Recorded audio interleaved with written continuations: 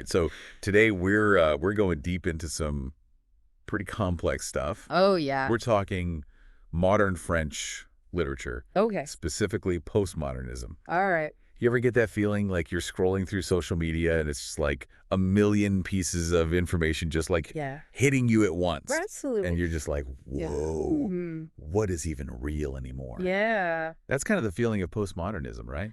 Kind of the rejection of this like traditional linear narrative. Right. And it's like embracing the fragments. Yeah. The unreliable narrator. Yeah. It can be difficult. It can be a lot. Yeah. It's like, imagine putting together IKEA furniture, but like half the pieces are from a different set. Right.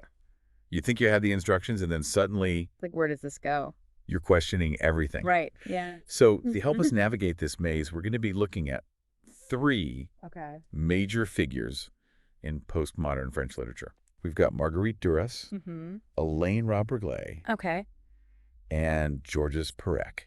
So three really important figures who kind of push the boundaries of what even a novel could be. Yeah, and their influence is still felt today. Absolutely. So let's start with Duras. Okay. And her novel, The Lover. The Lover, yeah. So this story, it's not told chronologically. Right. It jumps back and forth in time, and it kind of weaves together this like memory and desire. It really captures that that feeling of fragmentation in a way that like you were talking about with social media. It's like our experience of the world now, like the past and the present are constantly kind of like colliding, and it forces us as readers to really kind of actively construct the narrative. Like we're piecing together these fragments of memory. Right. And so does that make it like harder to connect with the story? Or like how does she? Well, I think that's part of what makes it so powerful. Like by disrupting how we're used to a story being told. It creates this space for the reader to really experience these raw emotions. The longing, the uncertainty in a way that I think a traditional narrative couldn't. It's like if you try to describe a dream to someone, right? Yeah. It's hazy, it's disjointed, but those feelings are so vivid. And I think that's what Duras does so well. Okay, so it's like she gives you the pieces. But you have to figure out. You got to put it together yourself. You're part of the process. Okay, all right. So moving on, we've got Robbe-Grillet. Okay. And his novel, The Erasers. The Erasers, And this one's all about ambiguity. Yeah, it's like super ambiguous and like objective description. He's just saying, here's what I see. Right, just like taking a step back. Figure it out. Yeah, and refusing to give you that. Yeah, negotiational context. Right, I've always struggled with like.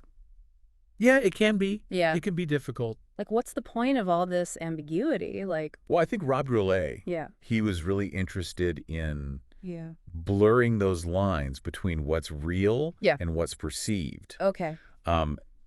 So he gives you all these detailed descriptions of objects and actions. Yeah. But it's like he's holding up a mirror to the world and saying, what do you see?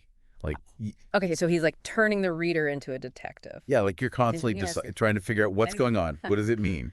And you mentioned in your notes that you're interested in film. Oh, yeah, definitely.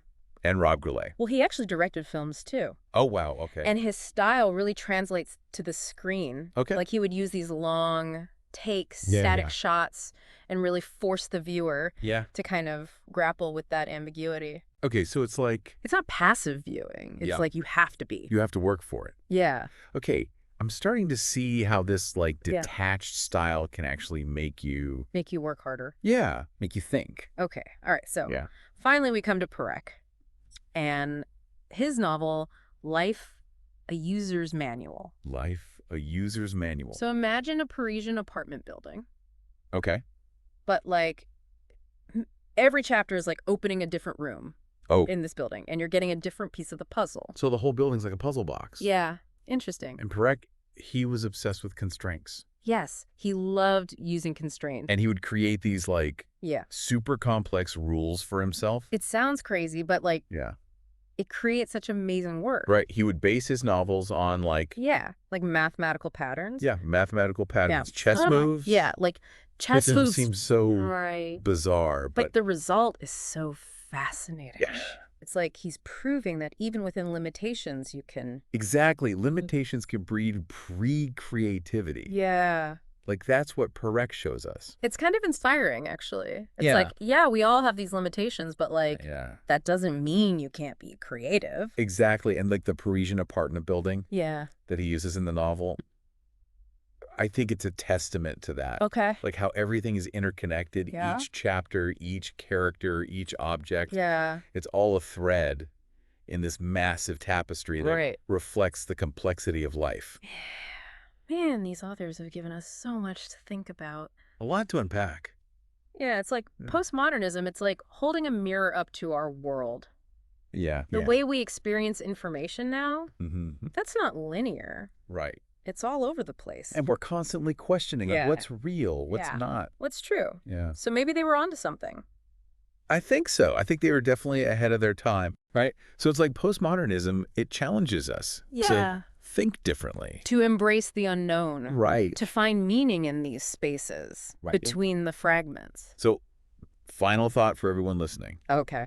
Think about those times in your life where things felt like fragmented, confusing, maybe a little absurd. Right. Maybe those moments were actually inviting you to look closer, to question your assumptions, and to embrace the complexity of it all. Yeah. And who knows, maybe you'll find a bit of beauty in the chaos. Absolutely. All right. Thanks for listening, everybody. We'll see you next time. See you later.